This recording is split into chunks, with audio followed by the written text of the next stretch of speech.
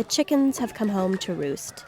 And for Mary Britton Clouse, that's a good thing. Come on, girls.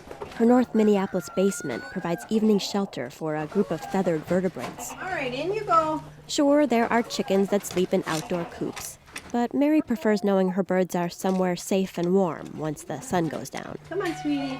Mary was that kid who was always bringing stray animals home with her. As an adult, she served as president of the Animal Rights Coalition, and she believes all creatures should be given the same respect as human beings. There we go. Still, she never imagined she'd one day be sharing a laundry room with a flock of fowl. You guys gonna stay up and eat? For decades, Mary worked with abused and abandoned dogs and cats. Then, about 8 years ago, she started to notice chickens showing up at Twin Cities animal shelters. Roosters impounded during cockfighting busts, hens that escaped from live poultry markets, baby chicks from grade school hatching projects that were discarded once the academic lessons were complete. The birds would be housed a few days, then euthanized. It was an outcome Mary just couldn't accept. Once we realized that there was a need and there was no one there for the chickens, we decided to shift our focus to helping chickens. So, in 2001, Mary and her husband Bert founded Chicken Run Rescue, a rehabilitation center and foster home for hens and roosters. Are you ready? Are you ready for your kosukun, huh? Their home is currently home for 15 birds, among them a rooster named McNamara who needs daily medication for septic arthritis. There. You're ready for the day. All right, sir. Pierce sleeps in a playpen in the living room, and Andrea, the newest arrival, is spending the standard 2-week quarantine period in a spare bathroom. She was so terrified. She had never been handled by anyone that meant to do her anything but harm. And so it took a while to get her to the point where she let me hold her, but she's doing fine now. On this day, Andrea's being treated to a foot massage.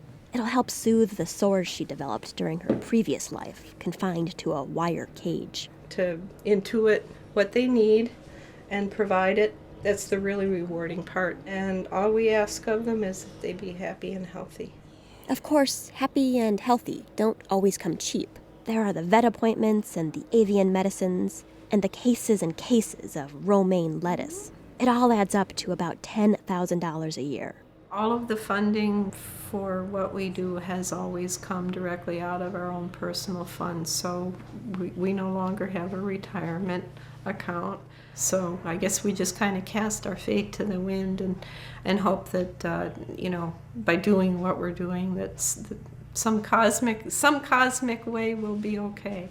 Mary and Bert's main mission is to locate a good home for each and every foster chicken. The Clouses draw up adoption contracts, stating the birds can't be killed and used for meat. Their goal is to find families who want chickens as companion animals, families who will treat the birds more like pets than egg-laying machines. And they've been successful in finding those kind of families for over 600 chickens. When it's a good adoption, it's like, I want to laugh and I want to cry. I'm so happy that everything worked out perfectly and that they're in a fabulous home. But I'm going to miss them like crazy. And I'll come home and I'll just, and I'll remember, it would have been, I know she would have been doing this or he would have been doing this. And this was our favorite time. This was our special little ritual that we would do. So, yeah, there's the joy and the grief that goes along with separating. Back in 2001, when Mary first decided to launch Chicken Run Rescue, she'd never even held the chicken. These days, she can't imagine her life without a flock of them. The only problem, she says, is that the number of needy birds is on the rise, and it's become impossible for her to take in all the birds that deserve help. In previous years, we might average, maybe 30 birds, and we've been keeping track since the beginning of April, and we're approaching 200 inquiries from both shelters and from private individuals wanting us to take birds that they don't want anymore. Mary attributes that increase to the current popularity of the urban chicken movement. Lots of city dwellers have become enamored with the idea of fresh eggs, especially ones produced by hens right in their own backyards. Unfortunately, says Mary, not all those people grasp the amount of time and effort that goes into chicken care. And once they do, they're disposing of the birds in a variety of ways, and that has increased the number of birds that we've have been asked to take in here. In Mary's ideal world, no one would eat chicken. A bird's worth wouldn't be based on its egg-laying abilities. And everyone would realize just how smart and unique and lovable hens and roosters can be. But for now, she's content knowing she's helped hundreds of chickens experience what it's like to simply be chickens. Money could not buy the kind of feeling that we get once we've taken in a terrified and injured or sick bird who has lived a life of utter deprivation. And to see the transformation to a creature that suddenly the world makes sense. They feel dirt under their feet. They can feel sunshine on their feathers.